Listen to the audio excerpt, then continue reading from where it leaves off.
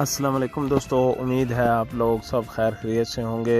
दोस्तों आज की इस वीडियो में हम बात करेंगे कि पाकिस्तान में ईद उल अज़हा यानी बड़ी ईद किस तारीख को होगी। दोस्तों अपनी वीडियो में आगे बढ़ने से पहले आपसे एक छोटी सी गुजारिश है कि अगर चैनल पर नए आए हैं तो चैनल को लाजमी से सब्सक्राइब कर दें और वीडियो को लाजमी से लाइक कर दीजिएगा।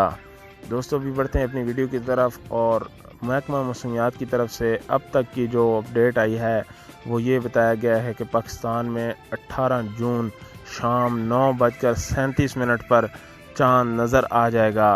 19 जून को नए चांद का पहला दिन होगा और पाकिस्तान में ईद उल अज़हा 29 जून को बरोज़ जुमरात को होगी।